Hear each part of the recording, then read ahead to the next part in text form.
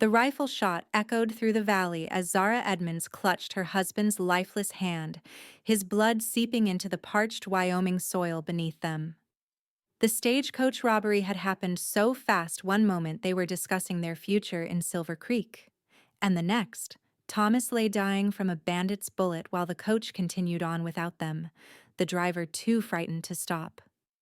It was 1875, and Zara found herself alone on the dusty trail, 23 years old, widowed, and carrying their unborn child. Night was falling fast as she stumbled toward the distant lights of what she hoped was Silver Creek, one hand on her swollen belly, the other dragging their single trunk of possessions. The baby came early that night. Born in the back room of Widow Pearson's boarding house with only the old woman's experienced hands to help, a boy, tiny, silent, and blue. Zara held him until dawn, whispering promises she could no longer keep, naming him James after her father before surrendering his small body to the undertaker. 2 years had passed since that night. 2 years of Zara building a life from nothing in Silver Creek, working first as Widow Pearson's help, then as the schoolteacher when the previous one left to marry. 2 years of nightmares and quiet grieving, of learning to smile again even when her heart felt hollow. Miss Edmonds, Miss Edmonds. Young Sally Cooper waved frantically from the doorway of the schoolhouse. Sheriff Wilson needs you right away. Zara set down her chalk and smoothed her simple blue dress. Class, please continue your arithmetic while I speak with the sheriff. Mary, you're in charge. The sheriff's weathered face was grave as she approached. Mrs. Edmonds, there's been an accident at the Yancy ranch. It's bad. Their boy needs tending, and you're the closest thing to a nurse we got since Doc Morgan's been gone. Of course, Zara replied, though her stomach twisted with dread. She hadn't been to the Yancy ranch since arriving in Silver Creek. Though everyone knew of Ethan Yancy, the reclusive rancher who'd lost his wife years ago and raised their son alone. Sheriff Wilson helped her into his wagon. The boy fell from the hayloft, broke his leg something awful, bones sticking out. His pa sent one of the hands to fetch me, and I'm fetching you. The Yancy ranch sprawled across the valley, a testament to hard work and determination. Cattle grazed on distant hills while cowboys moved among them like silent sentinels. The main house stood proud against the backdrop of mountains, 2 stories of solid craftsmanship with a wide porch. A weathered man paced the porch, his face lined with worry beneath his Stetson. His gaze snapped to Zara as the wagon approached, intense blue eyes beneath furrowed brows. You the schoolteacher? He asked as he helped her down from the wagon. Yes. Zara Edmonds. Where's your boy? Ethan Yancy led her inside without another word. The boy, no more than 10, lay on a kitchen table, his face white with pain, his leg a mess of blood and bone.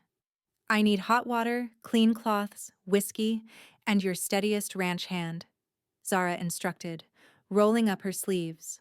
She'd assisted Doc Morgan enough times to know the basics, though the sight of the bone protruding from the child's leg made her stomach clench. For hours, she worked alongside Ethan Yancy, setting the bone, cleaning and stitching the wound, comforting the child when he woke screaming. When it was done, when young Samuel Yancy finally slept under the influence of laudanum, Zara stepped onto the porch and gulped the cool evening air. Ethan joined her, offering a cup of coffee. Thank you, he said simply. He'll need tending for weeks. The bone must be kept straight, the wound clean, Zara replied, accepting the coffee. I can come by after school each day. I'd appreciate that. He studied her face in the fading light. You've done this before. My father was a doctor in Boston. I assisted him often before. She paused. Before I married and came west. The sheriff mentioned you were widowed. It wasn't a question. Yes. 2 years ago. Stagecoach robbery. Zara stared at the distant mountains, unwilling to reveal more. They stood in silence as dusk painted the landscape in purple shadows. Finally, Sheriff Wilson returned to take Zara back to town. "I'll be by tomorrow after school," she promised as she left. True to her word, Zara returned each day for weeks. Samuel was a bright, curious boy who bore his pain with remarkable courage. During her visits, she taught him his lessons so he wouldn't fall behind, read to him when the pain was too much, and gradually came to care deeply for the child. Ethan Yancy remained a mystery, though. He worked from dawn until well past dusk, stopping only to check on his son and exchange brief words with Zara. His face remained impassive, his manner gruff but respectful. Yet sometimes she caught him watching her with an intensity that made her pulse quicken. Summer arrived, bringing with it sweltering heat and the end of the school term. Samuel was healing well but still needed care. When Zara mentioned hiring someone to help now that she'd have more time, Ethan surprised her. "Stay here," he said abruptly one evening as she prepared to leave. "We have plenty of room, and it would save you the daily ride." Zara hesitated. "Mr. Yancey, just for the summer," he added quickly. "Samuel needs you, and I can pay you well for your time." The practical side of her couldn't deny the sense it made. The ride was long and tiring, and the money would help secure her future. The boarding house would hold her room. "Very well," she agreed. "Just for the summer." Mrs. Langley, the housekeeper, showed Zara to a comfortable room overlooking the eastern pastures. "Been a long time since we had a lady in the house," the older woman commented. "Not since Mrs. Yancey passed." "How long ago was that?" Zara asked, setting down her small trunk. 8 years come October. Childbirth fever took her and the baby girl." Mrs. Langley shook her head sadly. "Near broke Mr. Yancey. Hasn't been the same since." That night, Zara lay awake listening to the unfamiliar sounds of the ranch, the distant lowing of cattle, the occasional whinny of horses, the creak of the house as it settled. Through her window she could see the vast canopy of stars that never seemed quite as brilliant in town. Days passed in a comfortable routine, mornings with Samuel, teaching and reading. Afternoons helping Mrs. Langley with household tasks. Evenings on the porch, watching the sunset, and sometimes when he finished early enough, sharing quiet conversation with Ethan. She learned he'd come west as a young man, determined to build something of his own. He'd succeeded through sheer will and hard work, acquiring land piece by piece until the Yancey Ranch became one of the largest in the territory. "You've accomplished a great deal," Zara remarked one evening as they sat watching fireflies dance above the pasture. "A man needs purpose," Ethan replied. In the fading light, his profile was strong, his shoulders broad beneath his cotton shirt. "What about you? Will you always be a schoolteacher?" The question took her by surprise. "I haven't thought much beyond the next term." "Surely you want more than teaching other people's children in a small town like Silver Creek." His words struck a nerve one Zara didn't realize was exposed. "And what should I want, Mr. Yancey? A family of your own, perhaps?" His voice was gentle, but the question pierced her heart. "That's not in God's plan for me." She stood abruptly. "Good night, Mr. Yancey." She didn't see his troubled expression as she fled to her room, nor did she hear him whisper, "I'm sorry," to the empty porch. That night, the nightmares returned.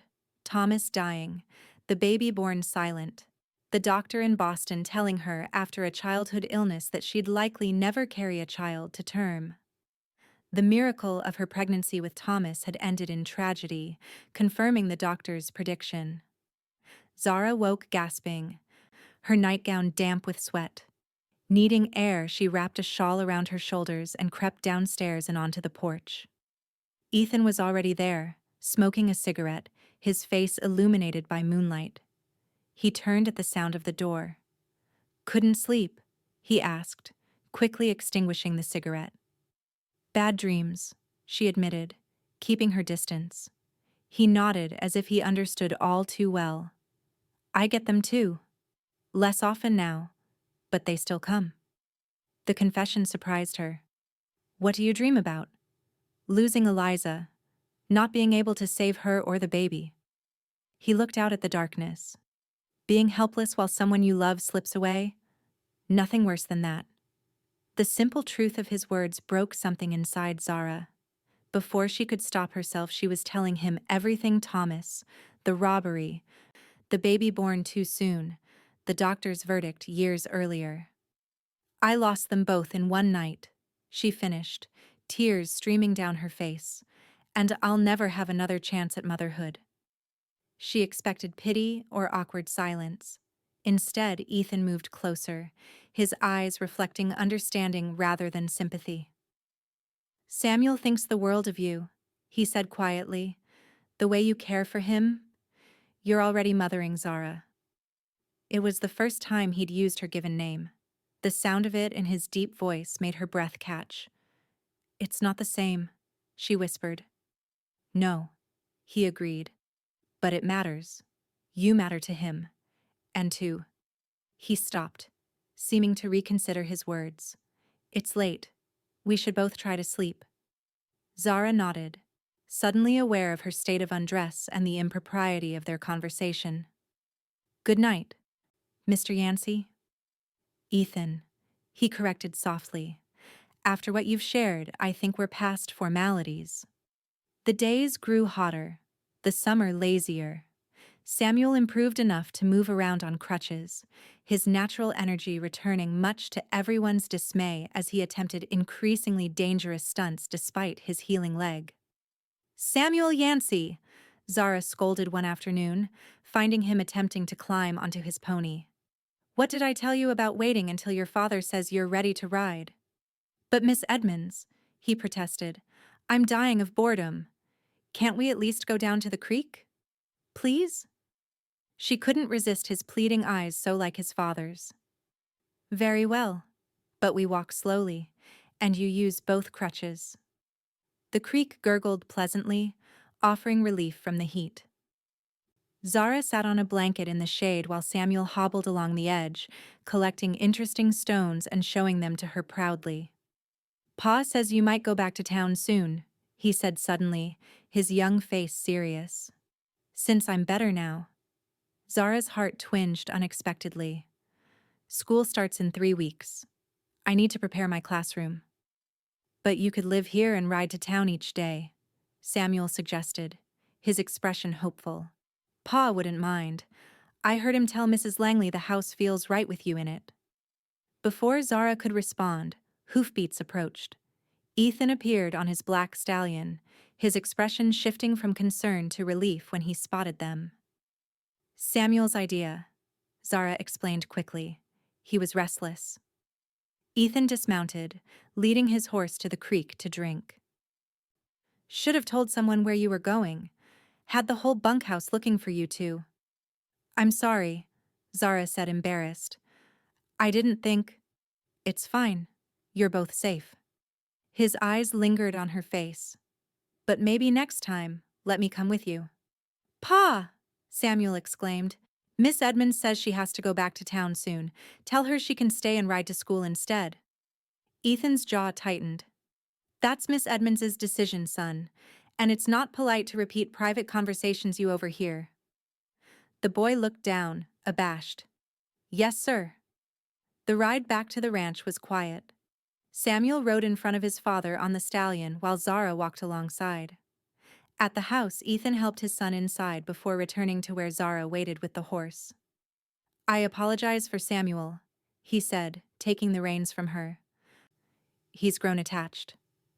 There's no need for apologies. I'm fond of him too. She paused.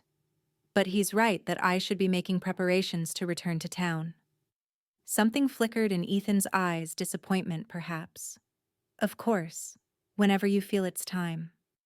That evening, a telegram arrived from Silver Creek. The school board had met and decided to start the term a week early due to the mild weather. Zara would need to return within days. The news settled like a stone in her stomach as she packed her belongings.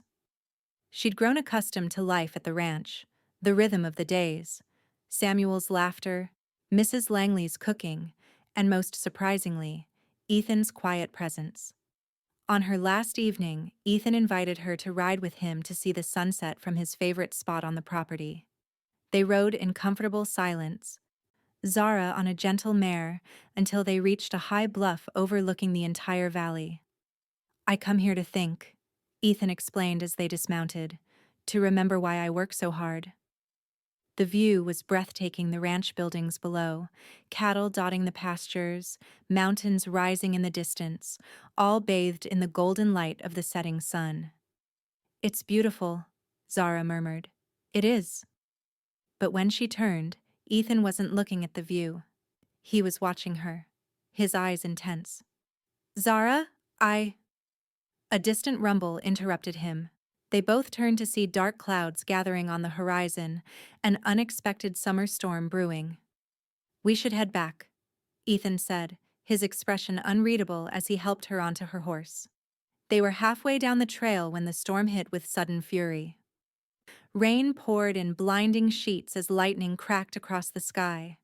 The horses grew nervous, dancing sideways. "There's a line shack ahead," Ethan shouted over the storm.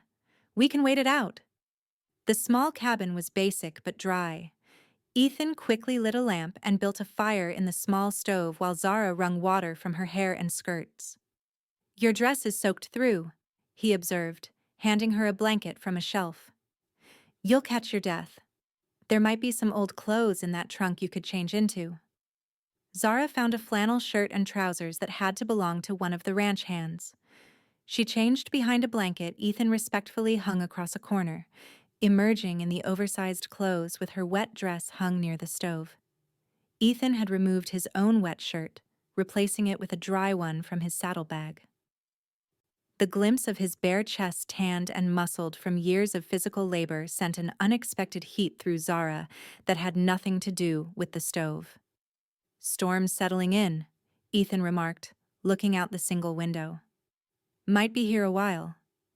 They sat on opposite sides of the small table, an awkward silence between them. Finally, Ethan spoke. "What I was trying to say earlier, before the storm—" He paused, seeming to gather his thoughts. "These past weeks, having you at the ranch, it's been— I haven't felt this way in a long time." Zara's heart pounded. "Ethan, let me finish," he said gently. "I know you're leaving tomorrow. I know you have your life in town. But I want you to know that if you ever wanted something different, a home, a family—" "I told you," she interrupted, pain lacing her voice. "I can't have children. That's not what I'm asking." His blue eyes held hers steadily. "Samuel already loves you like a mother, and I—" He swallowed hard. "I care for you, Zara, more than I thought possible after Eliza." The confession hung in the air between them, as powerful as the storm outside. Zara felt tears prick her eyes. "I can't give you more children," she whispered. Ethan reached across the table, taking her hand in his. "She couldn't carry another baby," he said softly, his voice rough with emotion. The cowboy said, "You'll carry my heart instead." A sob escaped Zara's throat. "It's not that simple." "It is," he insisted. "Family isn't just about blood, it's about love. And there's plenty of that to be had, if you want it." The rain drummed on the roof as Zara struggled with her emotions. Could she truly have this? A family? A home? A man who understood her pain and wanted her anyway? "I need time," she finally said. "This is unexpected." Ethan nodded, squeezing her hand before releasing it. "Take all the time you need. I'm not going anywhere." The storm passed by morning, leaving the world washed clean and new. They rode back to the ranch in companionable silence, each lost in thought. Samuel was waiting anxiously on the porch, his young face lighting up when he saw them. "You're back. Mrs. Langley said you might have been struck by lightning." Zara laughed, embracing the boy. "We found shelter just in time. No lightning strikes for us." As she prepared to leave for town, loading her trunk into the wagon Ethan had arranged, Samuel presented her with a carved wooden heart. Pa helped me make it, he explained proudly. So you won't forget us. Zara knelt to hug him. I could never forget you, Samuel Yancy. Ethan stood by the horses, his expression carefully neutral. The driver will see you safely to town. I'll bring Samuel by the school once term starts. Thank you, she replied, suddenly finding it difficult to leave. For everything. He nodded once, then surprised her by taking her hand and pressing a kiss to her knuckles. Remember what I said, he murmured. The offer stands. The first weeks of the school term passed in a blur of activity. 28 students filled the small schoolhouse, ranging from 6-year-old beginners to teenagers finishing their education before joining family businesses or ranches. Samuel attended faithfully, riding in with one of the ranch hands each morning. He brought news of the ranch and occasional notes from Ethan brief, practical communications that nonetheless made Zara's heart beat faster. Widow Pearson noticed her distraction. You left something out at that ranch besides your teaching materials, the older woman observed one evening as they sat on the boarding house porch. Zara blushed. I don't know what you mean. Course you do. That Yancy boy looks at you like you hung the moon, and his pa stops by the mercantile asking after you regular as clockwork. The widow's eyes twinkled. Man's sweet on you, plain as day. Before Zara could respond, the sound of approaching horses drew their attention. Sheriff Wilson rode up, his expression grim.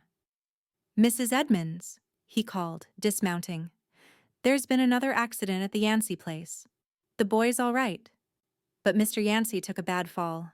Doc Morgan's with him now, but he's asking for you. Fear clutched Zara's heart as she hurriedly packed a few belongings.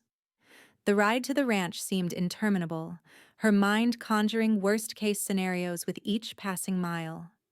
Mrs. Langley met her at the door, her usually composed face streaked with tears. He was breaking a new horse, she explained as she led Zara upstairs. Beast threw him against the corral fence. Doc says 3 broken ribs and maybe bleeding inside. Ethan lay pale and still in his bed, his breathing labored. Doc Morgan stood as Zara entered. He's been asking for you, the doctor said quietly. I've done what I can, but those ribs punctured something. He's bleeding inside, and I can't stop it. No, Zara whispered, moving to Ethan's bedside. There must be something. I've seen it before.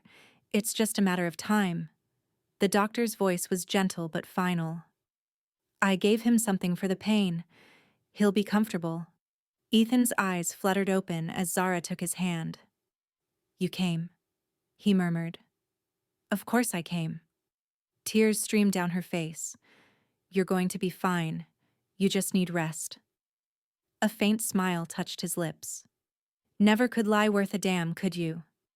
Don't talk like that, she pleaded. Samuel needs you. I need you. His fingers tightened weakly around hers. Always had bad timing, he whispered. Should have told you sooner how I felt. You can tell me when you're better, Zara insisted, refusing to accept what the doctor had said. Zara. His blue eyes held hers. Promise me you'll look after Samuel. He'll need you. She nodded, unable to speak through her tears. And know this, Ethan continued, each word clearly an effort. I love you. Have since that first day, watching you save my boy.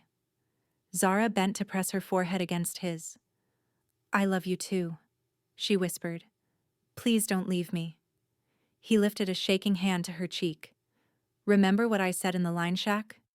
You'll carry my heart instead, she quoted, her voice breaking. Ethan nodded weakly. That's right. Always. Through the night, Zara sat by his side, bathing his fevered brow, whispering prayers and fighting against the inevitable.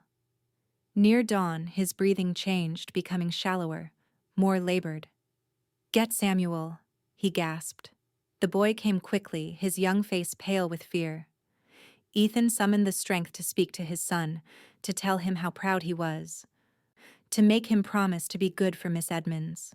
As the first light of dawn touched the window, Ethan Yancy took his final breath, his hand still clasped in Zara's, his son's head bowed against his shoulder. The days that followed passed in a fog of grief. The funeral was well attended. Ethan had been respected throughout the territory. Zara stood beside Samuel, supporting the boy as he struggled to be brave. Afterward, Ethan's lawyer asked to speak with her privately.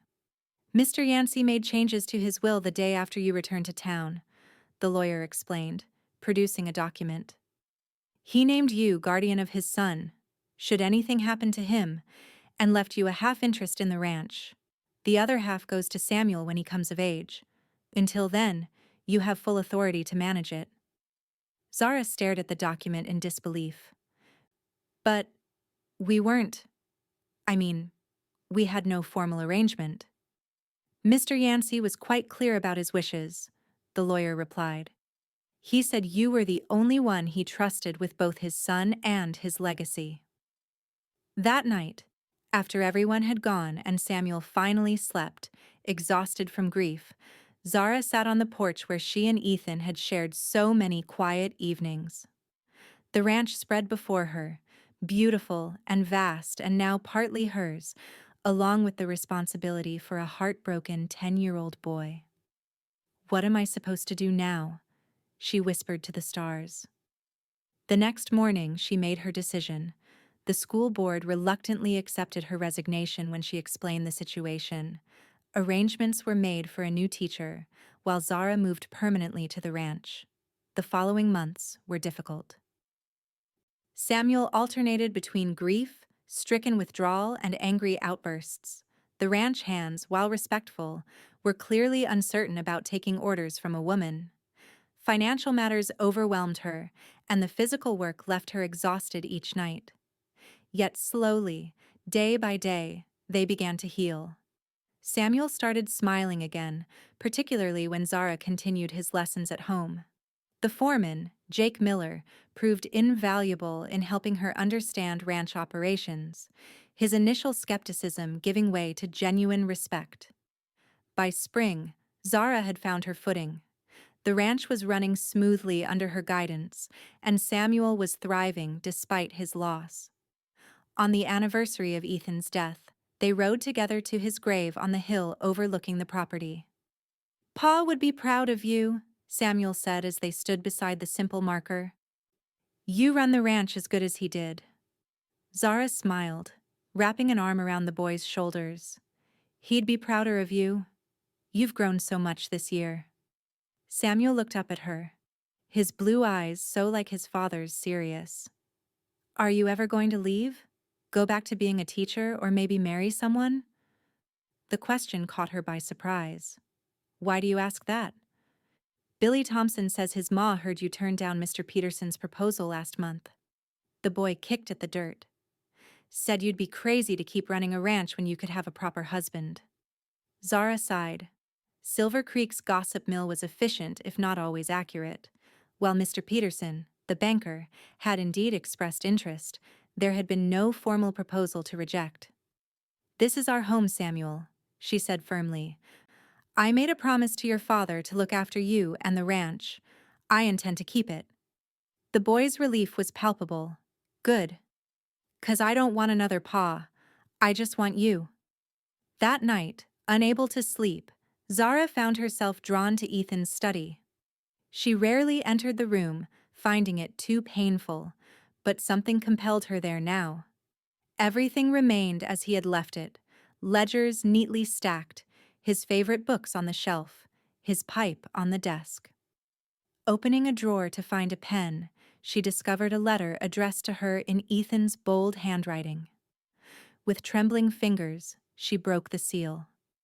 "My dearest Zara," it began, "if you're reading this, then my fears have come true, and I've left you and Samuel too soon. First, know that I love you both more than I could ever express. Second, please forgive me for placing such a burden on your shoulders. The ranch. Samuel, it's too much to ask of anyone, especially someone who never asked for this life." Tears blurred her vision as she continued reading. I've instructed Johnson to give you this letter after a year has passed. By now, you'll have either sold the ranch and moved on, or you'll have discovered what I already knew, that you belong here. That despite everything, this is where you were meant to be. You told me you couldn't carry a child, and I told you you'd carry my heart instead. I meant that. But I never told you that you already carried Samuel's heart too, from the moment you saved his leg. And now, though I'm gone, you carry the heart of this ranch and everyone on it. I don't know what the future holds for you, my love. I hope happiness, perhaps even love again someday. All I ask is that whatever path you choose, you remember that you were loved completely, and that for a brief time you made a lonely cowboy believe in second chances. The letter was signed simply, "Always yours, Ethan." Zara held the paper to her chest, tears flowing freely. "I remember," she whispered. "I remember every day." 2 years passed. The Yancy ranch prospered under Zara's careful management. She had a natural head for business that even Ethan might have envied, and with Jake Miller's help, she introduced innovations that increased their profits significantly. Samuel, now 12, had grown into a thoughtful, capable young man who shadowed the ranch hands eagerly, learning everything about the operation he would one day inherit.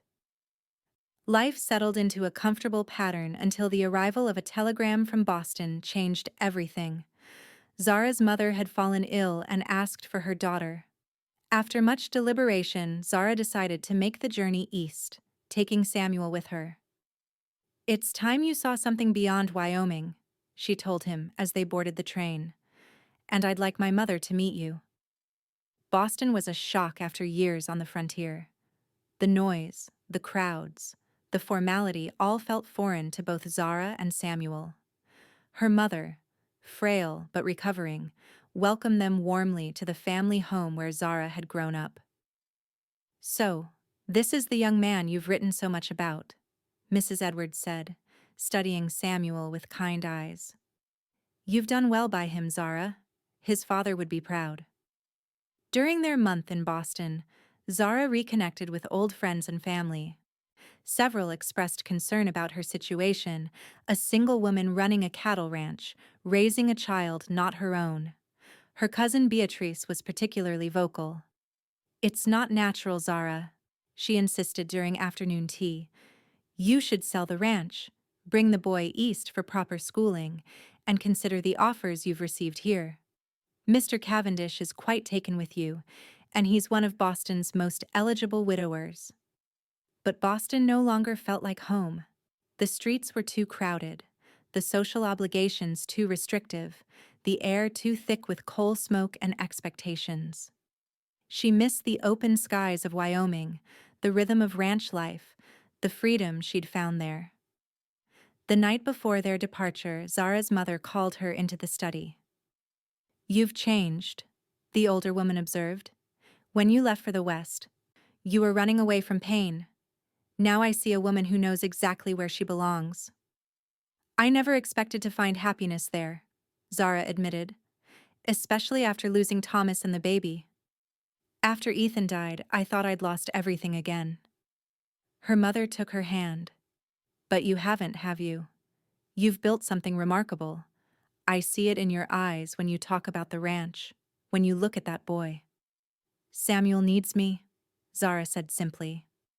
"And you need him," her mother replied.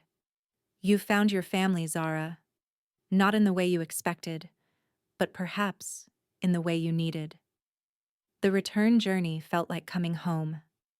As the train crossed the prairie, Samuel pressed his face to the window, eager for glimpses of familiar territory. When they finally arrived in Silver Creek, Jake Miller was waiting with the wagon, his weather-beaten face breaking into a rare smile. "Ranch has been quiet without you two," he said as he loaded their trunks. "Everyone's looking forward to having you back." As they crested the final hill, the ranch came into view, the house, the barns, the corrals, all bathed in the golden light of late afternoon. Cattle grazed peacefully in the distance while cowboys moved among them. It was exactly as they had left it, yet somehow more beautiful than Zara remembered. Samuel whooped with joy, urging the horses faster. "We're home, Miss Zara. We're finally home." Yes, Zara thought, her heart full.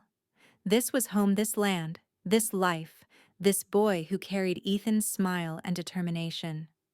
She might not have carried a child of her own blood, but she carried something just as precious, the legacy of a man who had loved her enough to entrust her with everything that mattered to him. That night, after Samuel was asleep, Zara sat on the porch watching the stars emerge.